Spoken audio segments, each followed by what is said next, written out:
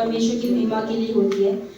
तो अभी आप सबको मोस्टली पता होगा कि फ्राइडे को सागर और सुशील का ऑर्डिनेशन हुआ था। तो ये खुशी की बात है और हम बहुत खुश हैं। लेकिन मुझे नहीं पता था कि पवित्र आत्मा ने मुझे बोला कि मुझे गवाही देनी है इसके लिए। तो मैं ये बताना चाहती हूँ कि मैंने सुना था, मतलब हमें सुनते आ रहे हैं, मेरी शादी को 7 साल हो गए हैं और आप सब जानते हैं कि जो हमारी सास थी, जो हमारी सासू माँ थी, वो जब उन्होंने परमेश्वर को जाना तो इतनी मजबूती से वो परमेश्वर में थी कि वो जो प्रभु के लोग हैं उनके लिए वो सेवा करती थी और हमारे घर में लोग आते थे और चर्च में अगर कोई ज़रूरत होती थी वो उसको करते थे पूरा, है ना।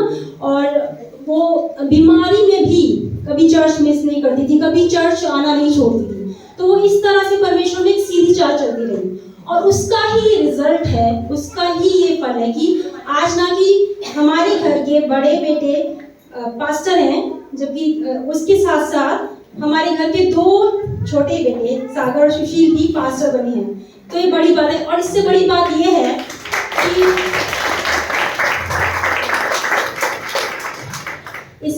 ये है कि हमारे घर में चाहे बेटे बेटियां बहुएं सब लोग प्रभु की सेवकाई में हैं, सब परमेश्वर की सेवा में काम कर रहे हैं।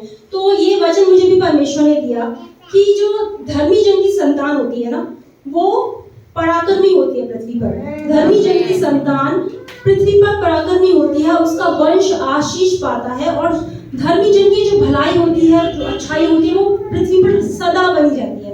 तो आज अगर ये हम लोगों को एक डिसीजन लेना है, आज अगर मैंने यीशु मसीह को जानना है, मैं चर्च में हूँ, तो आज का जो मेरा रिजल्ट, जो मैं आज निर्णय ले रही हूँ, जो मैं डिसीजन ले रहा हूँ, वो ना कि सिर्फ मेरे जीवन में बल्कि मेरी पीढ़ी में उसका फल आता है ना।